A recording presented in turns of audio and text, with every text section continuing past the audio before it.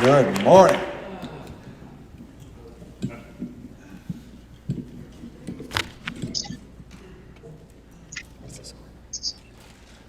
Good morning, good morning. Good morning. What a wonderful energy to start our Sunday celebration.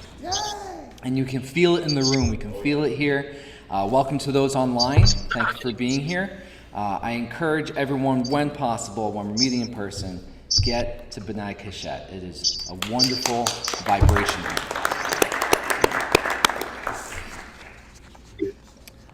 To introduce myself, I'm Andy Palmer. I'm the newest member of the Leadership Council, joining last year. So thank you for being part of this community and bringing that energy today and every day. I'd like to start with our welcome that is found in your paper. Many of us know this by heart, but it's right there if you need it. We are an open and affirming science of mind community where the vibration of love lifts you, the wisdom of the ages inspires you, and the science of mind teaching empowers you. We believe that heaven and hell are states of consciousness that you experience in this lifetime, and that you are the architect of your life, and it is never too late to know true happiness. I'd like to thank Nettie for our Science of Mind Sunday this morning, Neil for our meditation before service, and we have Evelyn coming up as our speaker today. Super excited to hear that message. So I will kick it back to Ty and Clive for our opening chant, and then Brian, our practitioner of the day, with our opening prayer.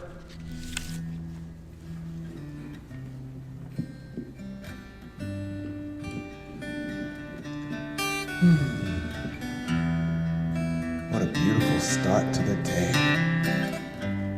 So I want to remind you, close your eyes, let the music wash over you, and when at a particular point you feel inspired to join in, please do.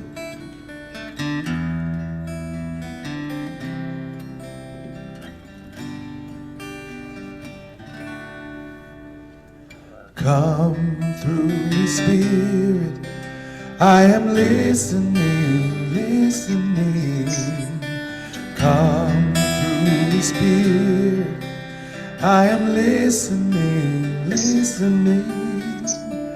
Come through me, Spirit, I am listening, listening. Come through me, Spirit, I am listening, listening. I am open, I am open, I am open to you. I am open, I am open, I am open to you. Come through the Spirit, I am listening, listening. Come through the Spirit, I am listening, listening. Come through the Spirit, I am listening, listening. Come through the Spirit, I am listening, listening. I am open, I am open, I am open to you. I am open, I am open, I am open to you.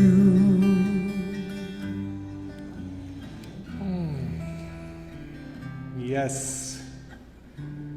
Spirit working through us, in us, as we come together this day to hear these words, to be open, to listen, to receive, to know, to move, to create.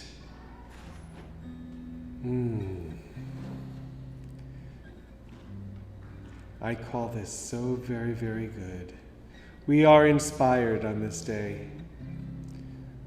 We are infused with knowledge. We are infused with spirit. We are infused with the knowing that we are the architects of our lives, that we are the creators of our universe, that we are one with all creation, that we are the power of all creation,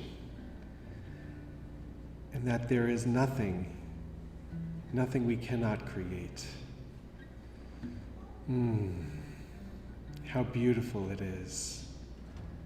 How wonderful it is. And I am eternally grateful for all that is. And so it is. So it is.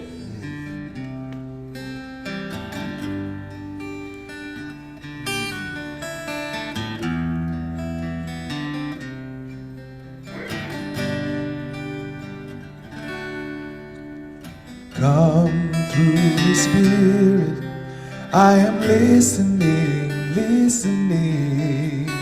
Come through the Spirit, I am listening, listening. Come through the Spirit, I am listening, listening. Come through the Spirit, I am listening, listening. I am open, I am open, I am open to you. I am open, I am open, I am open to you. Come through the Spirit, I am listening, listening. Come through the Spirit, I am listening, listening. Come through the Spirit, I am listening, listening. Come through the Spirit, I am listening, listening.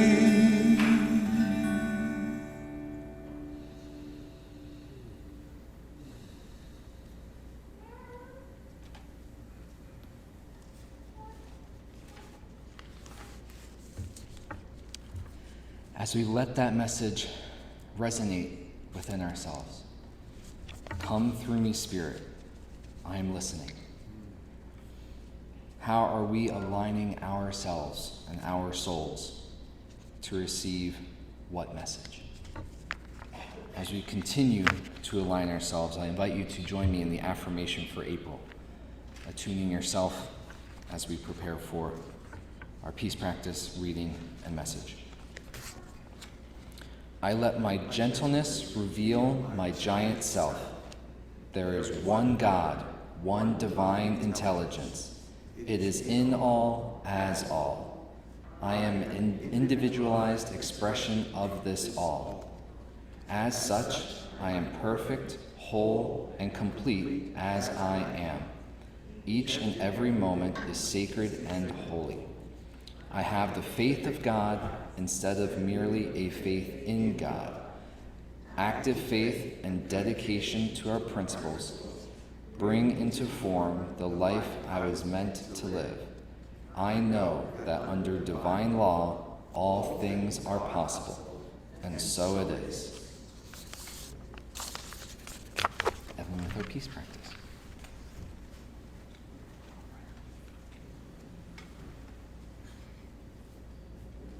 Good morning. Good morning. I'm going to do our peace practice, but I want to include in the circle of all the things that need our love and our peace, the terrible tornadoes that are ripping through the Midwest right now. It's horrifying. And I saw drone footage of neighborhoods that are now piles of rubble. So my heart goes out to those people who no longer have houses to live in. It's insane. It's going through Iowa and Nebraska, and so. And we used to do this with candles. I guess we can't light candles in here. So imagine that I'm lighting candles as I do the peace practice. So I am the peace I wish to see. I am the peace that I wish to see. I know this peace for my family. I know this peace for my family. My family knows this peace for my community. My family knows this peace for my community. My community knows this peace for the entire world. My community knows this peace for the entire world. Thank you.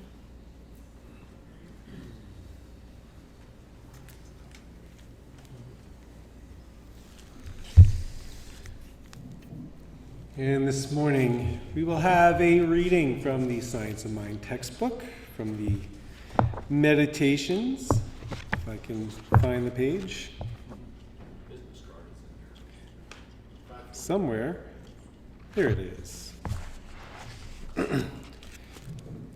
The unassailable truth and the irresistible word. I love that, the irresistible word. The truth within me is unassailable, and the power of the word is irresistible.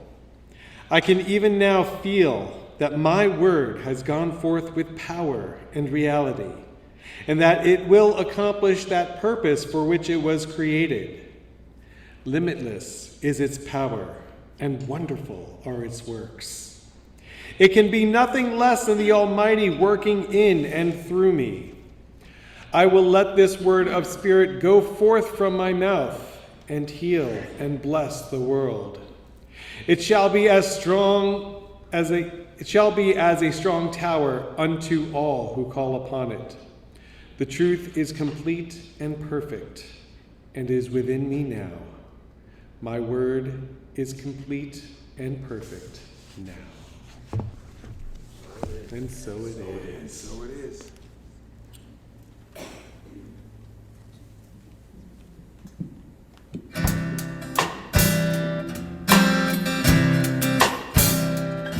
This is a tune by Daniel Nahman that we haven't done in quite some time. It sets up the whole talk and the whole service today beautifully.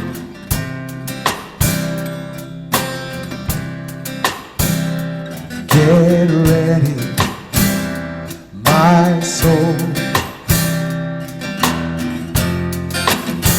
I'm diving in. Get ready, my soul. I'm diving in to the deepest kind of love, to the sweetest kind of life. Get ready, my soul.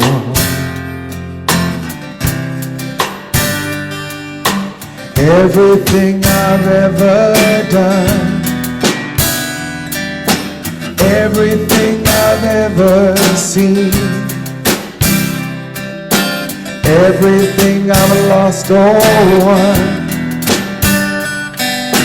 everything I've ever dreamed has brought me here to the present moment, here to a new beginning, here, and I'm seeing life so clearly now.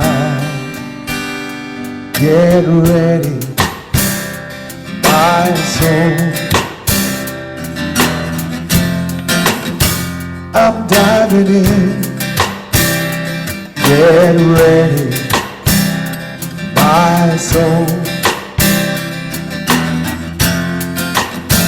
I'm diving in to the deepest kind of love, to the sweetest kind of life. Get ready, my soul.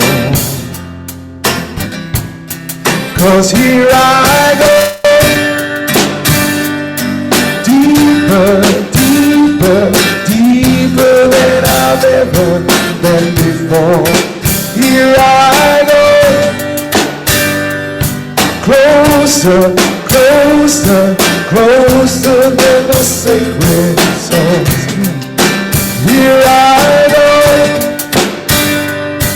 deeper, deeper, deeper than I've ever been before.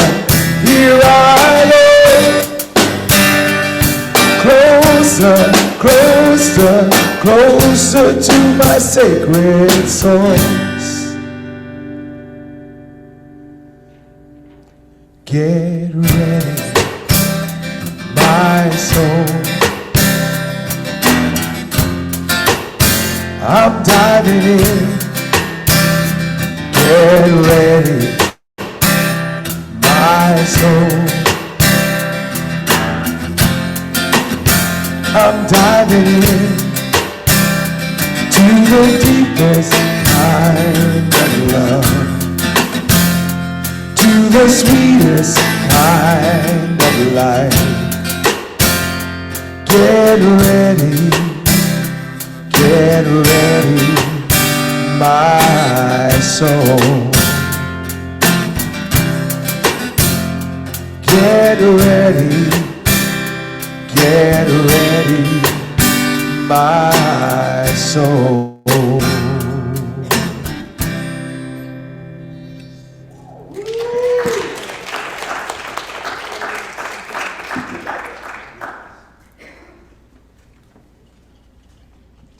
Thank you.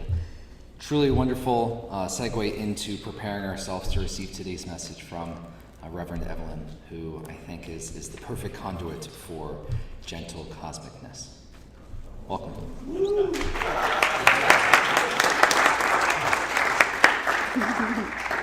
Thank you. Yeah. Oh, thank you so much. Oh, let me set my timer. So, gentle cosmicness is the theme. However, that's not what I'm going to talk about. As usual, Spirit gave me something else to talk about. And, but I just want to take a minute to thank you, my spiritual family. I have been a member of the Center for Spiritual Living North Jersey since July of 2013. And I am just grateful for all of you and for the way that I felt welcomed here, all throughout becoming a practitioner and then becoming ordained. I am grateful for all of you. So thank you. That's for you. Okay, so bear with me. It's been a minute since I've given a talk. So anyway, I want to start with a story. I'm not a good joke teller, so I'm not even going to try to do that. But I'm going to tell a story about a man. He's a minister, and he has a young son. And he's in his study. The dad is in his study, working on his sermon for Sunday. And his little boy keeps coming in, Daddy, come play ball with me. And he's like, listen, I'm busy. Just give me a minute. And the boy keeps coming in, and so the dad says, listen, he spies a magazine that has a picture of the globe on the magazine. So he carefully tears this picture out of the magazine, and then he tears it up into little pieces. And he's like, look, and he finds a glue stick. Take this and go put this back together, and then come back to me when you're done. So he thinks he's bought some time. He goes back to working on his sermon. Well, a few minutes later, the little boy comes running back in, and he holds the paper, and it's all glued together, and the dad's like, how did you do that so quickly? That was to put together a picture of the world? And he's like, but Daddy, look on the other side. There's a picture of a man's face. And I figure if you get the man right, you get the world right. So I always love that story, so I thought I would start off with that. But the topic of my talk this morning is about spiritual reparenting. And this is an idea, I'm listening to a book by Tara Brach. She is a beautiful spiritual author and speaker. I believe she's a Buddhist. Anyway, so the topic is spiritual reparenting. And if there weren't already a book by this topic, I would call this talk, It's Never Too Late to Have a Happy Childhood. So I'm going to tell you a story about a woman who grew up as one of 4 children. Her mother repeatedly said that she only wanted sons.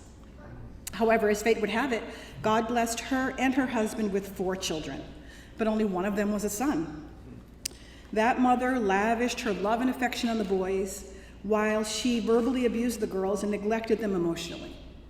Both parents abused their children physically. Then a terrible thing happened to the young girl and her older sister. When they told their mother about it, she did not believe them and told them that it could not have happened. So when something even more terrible happened to the young girl, she did not tell her mother because she figured her mother wouldn't believe her. So she kept the pain and shame to herself and felt unprotected and unloved. This young woman grew up with low self-esteem and found herself in relationships with men who eerily reminded her of her father.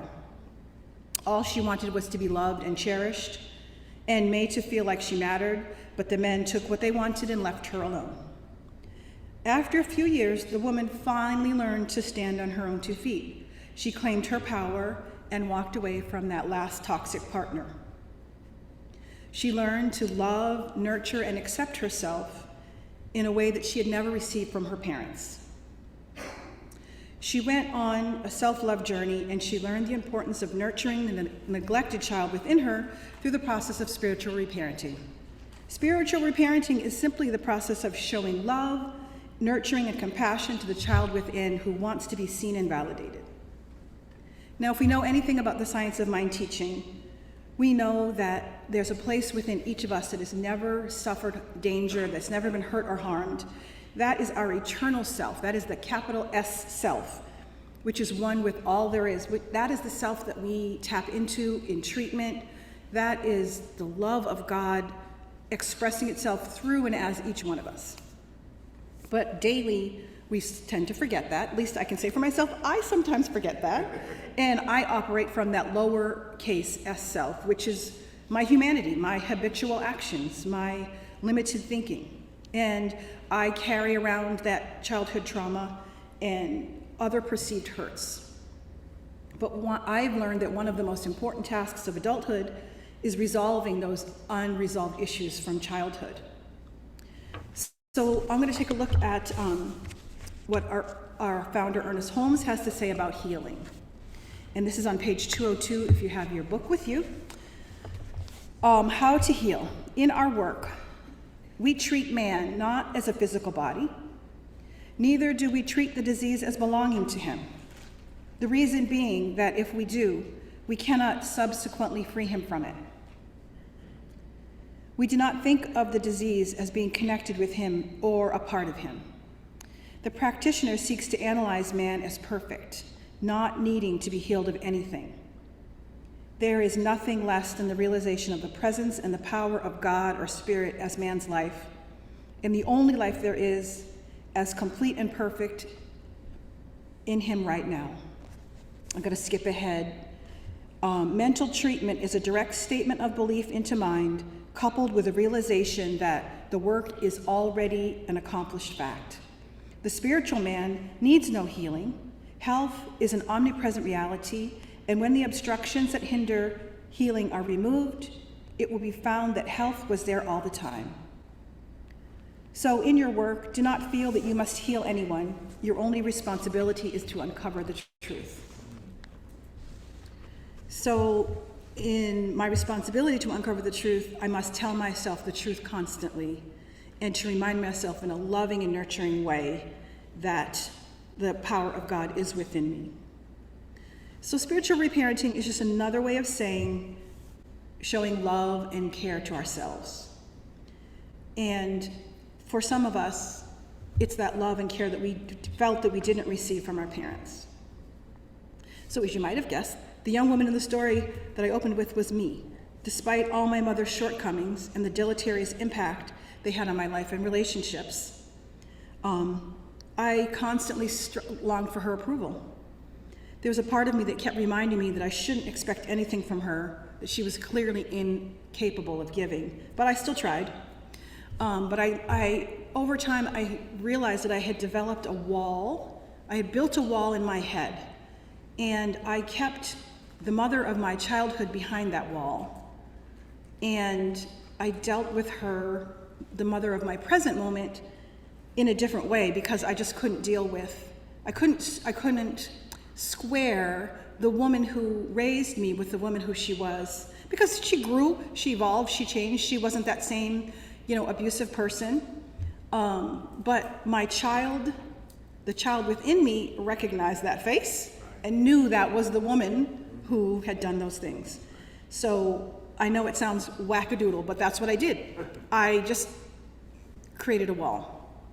And my therapist was like, that's not helpful, right? So, but then, healing comes when it comes. And I'm a painter, I'm an artist, and I was working on a huge, the biggest canvas. I think it's a 37 by, anyways, a big canvas. And I was doing some divine feminine work. And the image on the painting is the mother of the world against the tree of life. Beautiful painting. I'm working on that. And it's bringing up all these issues. And then my mother calls me. Seemingly out of the blue, my mother calls me. And she said, is there anything about the way I treated you in your childhood that has had an impact on your life today? And I almost fell on the floor. And I was like, are you kidding me? Because if I could have composed a question for her to ask me, that would have been it. Because I felt, the story I tell myself is that she would never have been open to me asking that question to her, right? So I was just like, what is happening? So we had a series of over 2-hour conversations, but they came to nothing, because at the end, it became like, what is it called? Oppression Olympics, right? She, no matter what I said about the things that she had done and how it had impacted me, she could come back with a story that was worse. Well, here's how my childhood was worse than your, and I was like, but Mommy, that's not what you asked me. Exactly. You did not ask me, how did my childhood affect me? You asked me how your treatment of me. And so my mother is a beautiful woman. I love her. She's a spiritual teacher, but she also has unhealed wounds, and she was unable to own the issues that she brought up. And she was shocked at my response, because I guess my acting job of building that wall and dealing with her, she never would have thought that I had all of that I just, over those, it was like a series of 3 conversations, I just let it all out. And at the end, I learned that I did not need to hear her say, or to hear her own what she had done, and all of that, to heal myself. I never knew that I was waiting to hear her say, I'm so sorry for the way I have, I didn't need it. I was able to come to that place after the gift of those conversations to realize, she treated me that way because of the way she was brought up. And her mother treated, it just goes back and back. It's that mother wound that mothers sustain and then they inflict on their children. And it goes back generations after generations. I learned, Tony and I co-lead a group here in the church, in the Center for Spiritual Living, for the African American members. We talk about, healing and all that. And so we talk a lot about epigenetics.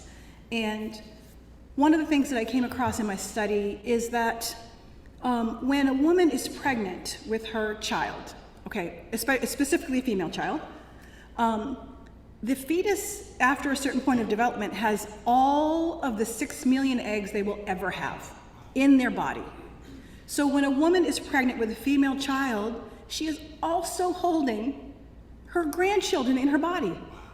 So whatever her grandmother is going through is affecting the actual, they have measured the outcomes of different siblings in the same family whose mothers and grandmothers have gone through certain experiences that have had impact on those children's bodies into adulthood.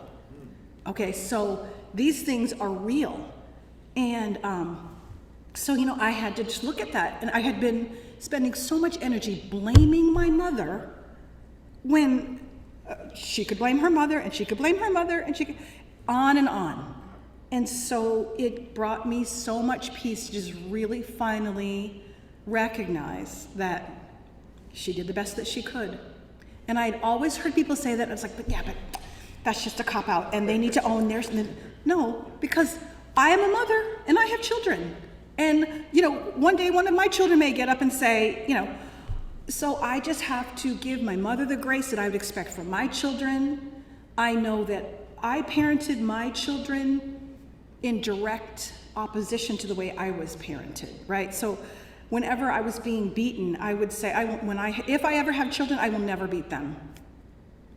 And my reparenting process started when my kids were little, because I would shower them with love and affection, and they would say to me, okay, that's enough. That's enough. And they would push me away when I would try to smush their cheeks with kisses, and they would push me, okay, mommy, stop. Because I never received that as a child. And so I felt like, in a way, my showering them with squeezes and kisses and affection and gifts and all that was a way of giving that to my inner little girl, and also making sure that they knew that they were loved and protected and cared for. And I don't mean to make my mother as a villain. She's not. She's a lovely person. She was unskilled. And that unskilled behavior had an impact on me. And that's the question she asked me, and that's what I told her, the 100% unvarnished truth. She was not ready. And so that, brought me to forgiveness. Going through 4 years of practitioner training with Reverend Michelle Wadley, I did all kind of forgiveness work, and here's more. So I had to do more forgiveness work for myself, to forgive myself for that weird thing I did of, holding my mother in a weird place in my mind, and just for, my shortcomings as a mother, because again, nobody's mother is perfect. And anyway, so one of the processes that I have learned from the beautiful Tara Brach about spiritual reparenting is, if you've heard of her, you've heard of the RAIN process, right? RAIN. It's an acronym. RAIN is a practice of radical self-compassion. And it's a tool that you can use, you can take with you if you're not already familiar with it. And it's for when troubling emotions come up, you can use the RAIN process to go through, to process them. And also, if you have a therapist, you can, obviously work with your therapist, but the RAIN process is helpful when you're doing this work on your own, and I recommend having a journal. But it is very quickly, the R stands for recognize. So you want to recognize what's going on. Like you feel a troubling emotion coming up, you recognize it, you name it, and you allow the experience, you recognize the whatever that troubling emotion that's coming up. And then you allow the experience to be there, you welcome it, and you just allow it. Investigate is the I. So you can ask yourself, what most wants my attention? How am I experiencing this in my body? The work that we're doing with our healing circle, it's about somatic healing. Because when you experience trauma, it's not between your ears, you experience the trauma in your body. And so healing has to come through the body. So I like to put my hand on my belly and a hand on my heart, and I just ask myself, how am I experiencing this in my body? What am I believing about the situation? And then the N is nurture. So you want to nurture with self-compassion, and you can say things to yourself like, I'm here, I love you, I'm listening. One thing that I like to do with the end part is to recite the Ho'oponopono prayer, which is, I love you, I'm sorry, please forgive me, thank you.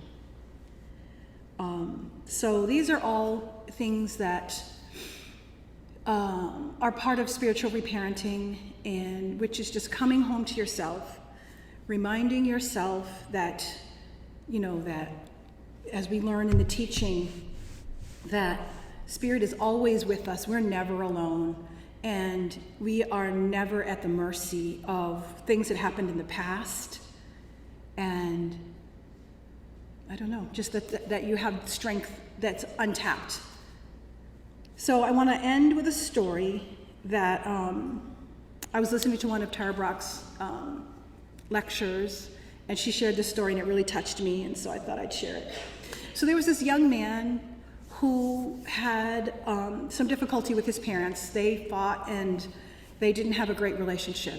And he made some, let's say, interesting decisions in his life, and he spent some time in prison.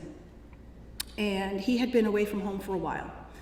And one day he decided he really wanted to go home and reconcile with his parents. So he wrote a letter.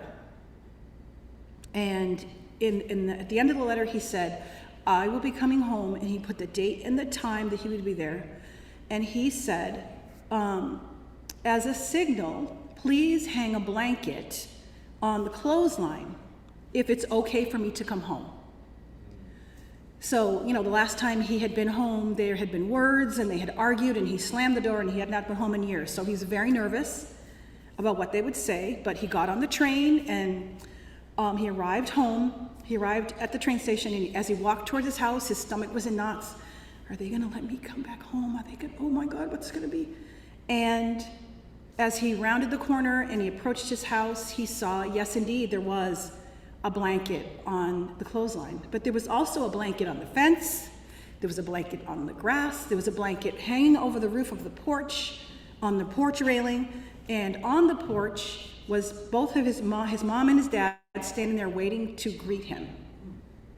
And so he was filled with joy, and they got back together. And so that story for me illustrates just the beautiful human compassion that each of us needs going through this life, and that many of us don't have access to. But we can give ourselves that compassion, right? We can lay blankets out for ourselves. We can lay blankets out for everyone. So, thank you.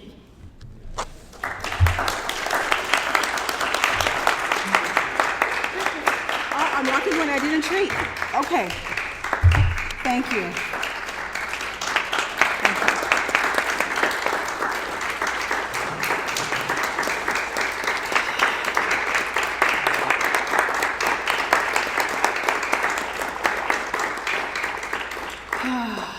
All right, so let's close this treatment. I got a little excited and I went back to my seat. And so I breathe. Grateful for all of the blankets that have been laid out for me.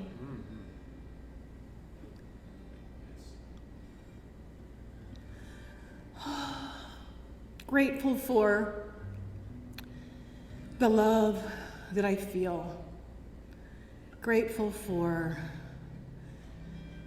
the love of God that is in me right now. Grateful for this beloved community. And so I know that this beautiful power and presence that is everywhere is never far from me. And so I'm grateful to know that I can, in partnership with the Spirit of all there is, I can heal those perceived wounds, knowing that there is a part of me that is unblemished. There is a part of me that is whole and healed and happy and abundant and filled to overflowing with joy. I am so grateful for this life. I'm grateful for this breath. I am grateful to have been called to share the light of the one in the dark places, the places of confusion, the places of misunderstanding. I am grateful for this teaching that reminds me that my word is the law whereunto it is spoken. And so I'm grateful for this day, grateful for the Center for Spiritual Living North Jersey. Oh, and so I release this word into the law. I allow it to be so. Please, please, please close with me by saying, and so it is. So it is. So it is.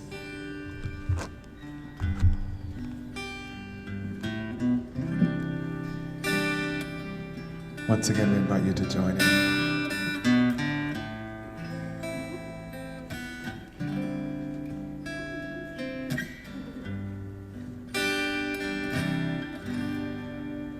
You are the face of God. I hold you in my heart. You are a part of me. You are the face of God. You are the face of love. I hold you in my heart. You are my family. You are the face of love. Join in. You are the face of God. I hold you in my heart. I hold you in my heart. You are a part of me. You are a part of me. You are the face of God. You are the face of God. You are the face of love. You are the face of love. I hold you in my heart. I hold you in my heart. You are my family. You are my family. You are the face of God. Your turn. Let me hear you. You are the face of God. Face of God. I hold you in my heart. I hold you in my heart. You are a part of me. You are a part of me. You are the face of God. You are the face of God. Beautiful. You are the face of love. You are the face of love. I hold you in my heart. I hold you in my heart. You are my family. You are the face of God. You are the face of God. Now I think it should be done in this way. You have to say it to someone next time, okay? Say it to someone near you. Say it to someone inside your heart. Say it to someone in your memory. Bring meaning to the song. Bring meaning to the words. Here we go, one more time. You are the face of God. Here we go. You are the face of God. Feel free to sing it to someone near you. I hold you in my heart. You are a part of me. You are a part of me. You are the face of God. You are the face of God. You are the face of love. You are the face of love. I hold you in my heart. I hold you in my heart. You are my family. You are my family. You are the face of God. You are the face of God. You are the face of God. You are the face of God.